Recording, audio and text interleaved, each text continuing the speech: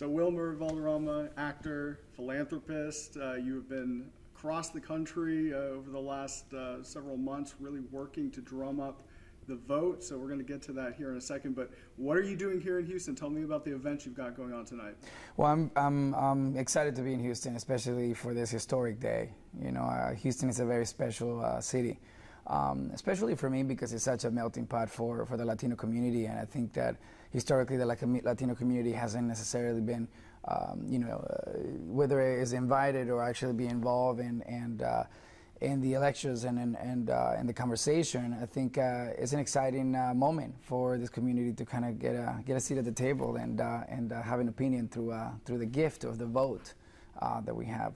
There's a lot of families out there that need to be represented, and there's a lot of their stories that need to be told too. You know, so I've had an amazing partnership in the last couple of years with Johnny Walker, and Johnny Walker and I have this, this priority. You know, our soul and our passion is in continuing telling the stories of the people that have made this country so incredible, you know. And so we have this campaign called Keep Walking America. It's a hashtag too, so you guys can go to the hashtag Keep Walking America and see some of the things that are, have been inspired through the continuing of telling and retelling of our stories as immigrants in this country. So as part of that tradition and some of that partnership, we wanted to come to Houston and celebrate election in such an exciting state right now. So yeah, that's what we're doing, and I'm going to be here. I'm going to be celebrating tonight at Goodnight Charlie's. I heard it's a local fun spot, so excited to kind of end my world tour, if per se, because I've been all over the country promoting and talking about the importance of cultural involvement, when it comes to voting and registering and all of that. And so tonight is kind of like a hurrah, I've done the states, I've done the cities, I'm lacking sleep, but today I'm excited to go to Goodnight Charlie to celebrate and toast to for sure a historic night. Absolutely. So you are on the board of Voto Latino. I know that voting rights is something that you're very passionate about. Talk to me, why is it important for young people to be involved in the process? I mean, in so many categories, young people and the multiple cultures, that make this country so incredible. This is a moment in time, right? Every generation has been called to do something bigger than themselves. And I remember, closer to maybe 14, 15 years ago, Rosario Dawson and I, with Voto Latino, we decided, I think let's see what happens when we tell the Latinos that it's important that they have to enroll in the census. And then the census came in, the results of the census came in, and those campaigns were so effective that it really changed absolutely everything. We all realized, the national community realized that it wasn't just 2 or 3 Latinos in a neighborhood. There were actually hundreds and thousands of us that we weren't even really talking to each other, that we somehow were hiding from getting involved on a national level. And for many reasons, So then when we realized how many of us we were, we then figure, wow, imagine if all of us now voted. And then that's how it kind of like switch and go, wow, the level of involvement and exciting integration of the tradition of not only registering to vote, but the gift of being able to elect, and having a voice and having an opinion through that was something that I felt was important for this community as we evolve as the soon to be the majority in this country, specifically the minorities. So I think it was a big responsibility for us to get involved and help shape the country alongside every other great American fellow Americans that are doing the same. So describe for me what you're hearing as you're traveling the country. Again, you've been across the country. You've been through Texas for the past days and weeks. Talk to me about what you're hearing.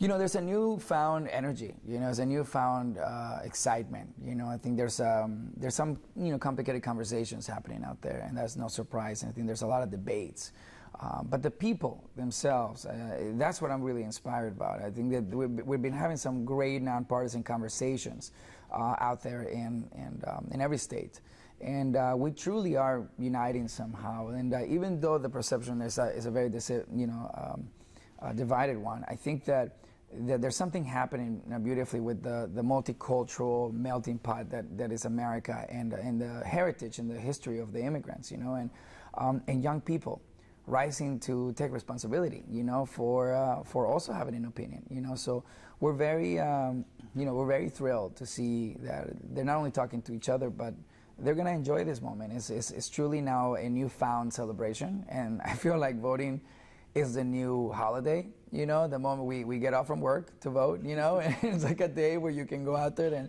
and join other people and stand in line with some people that no matter what you believe in and what you're rooting for in this very moment, we find a way to get behind together over democracy. And we have to celebrate democracy. It's what makes this country the best place in the world. Talk to me about your first time voting. What do you remember about that experience? It was huge. It was huge because my parents don't have the ability to vote. They're residents. And I'm a citizen, and my sister is a citizen too. So my sister and I represented my mother and my father in that vote. So that was very special. When we came to the United States back in 93, 94, I was 13, 14 years old. The moment I turned 18, my dad said, "You have to vote like every American, and go out there and just be part of what this American flag is about." And I was young, but I understood fairly quickly that it was a gift, that it was a privilege. That many countries where we grow up don't have the same privilege to be able to have a vote that can be effective, and that the majority can really truly elect and decide. So at 18 years old, when I cast that vote, it was like a tiny little American dream for my parents. All the sacrifices that we've made to come to America, to work hard and be, honest people that gets up 30 minutes before everybody and goes to sleep an hour after everybody. That's something I felt like I was paying tribute to, but it's a vote that defends my family. It's a vote that supports my family's interest. So every year I just grew more passionate over just getting involved, and then at some point realized that we were all humans, and that I'm a citizen, and that I pay taxes too, and that I should also have a real opinion on a national level. So you talked about your own immigration in your family, or being the son of immigrants. Talk about your recent trip to Mexico, or to the border rather. Yeah. I understand that you went down there. How did that come about, and what did you learn when you were down there? Well, in the news, they talk about the border towns on a level that it sounds very much like the movies. The movies' interpretations of border towns are like the scariest version of our country, and I knew a lot of people from border towns. I've met a lot of people from border towns, and they're incredible, beautiful, hardworking people, and I just, I wanted to see it for myself, and the first time around was an exciting time for me because it was through the new partnership. This is a while back, and my partnership with Johnny Walker. And we had talked about, Keep Walking America. What does it mean as a campaign? Like why do we want this hashtag Keep Walking America to be a place where people can find themselves? And that's what it was. It was about going down to the border towns and say, hey, let's find the stories that make a border town beautiful. Like, why are we not talking about the people that really are exceptional there? And what I found in the border towns, specifically Brownsville and Edinburgh and all these other places that I've been to, El Paso, is that there is a coexisting that is so effortless and it's so beautiful that you can be African American, you can be white, you can be round, you can be Asian, and everybody likes tacos, everybody likes food, everybody likes the music, everybody somehow gets along on a different level, and I thought that was a really great example of, and also a vision of the future. And how can we all coexist and be in a place and enjoy the multicultural contribution of our heritage? And that was gorgeous. I just felt so warm, and I kept coming down and there's been so amazing. My fans and my supporters and here in Texas, it's unbelievable the love that I get out here. And I went and gave a speech at the University of Rio Grande in Edinburgh, and we sold out the place. Like 1,500 people showed up last minute to see me speak and just talk about my story. And same thing in Brownsville. I put out a little tweet, said I'm at this bar, I want to meet some of you out here. And we had almost another 1,000 people showed up to the parking lot, and that warmed my heart, And so I keep coming back to Texas because I just feel like there's something very special happening here, and nobody's really talking about it. So obviously we are in a really heated climate. Today is election day. We see all this divisiveness on TV. What do you think the secret is to building partnerships with people of both or all political stripes and really just bring about, I guess, a more peaceful union? Sure. I think that when we are afraid to ask an uncomfortable question, then we hold a lot of anxiety. And then that anxiety projects into a heated debate. And when a heated debate happens, then emotional statements come out. When emotional statements come out, then we have to agree to disagree. And then there's where the disagreement happens. And all of a sudden, we don't like each other. But really, we're allowed to believe anything we want to believe. We're allowed to love who we want to love. And most importantly, we're allowed to practice the traditions of our heritage, no matter where we go next, because that's what makes us special.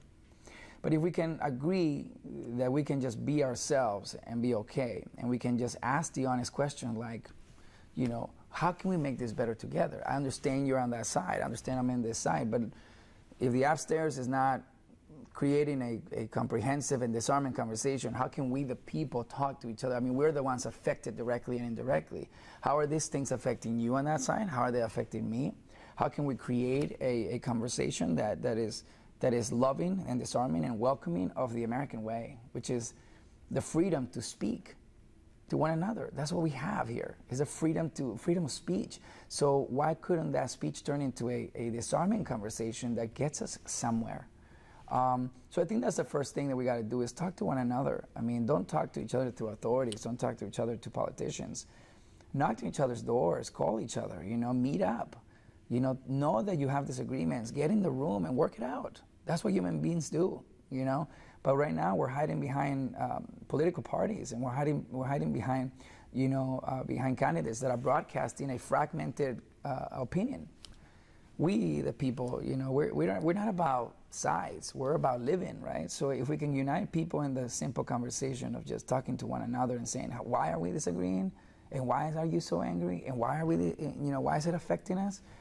I honestly think that people realize that it's not as serious as it is.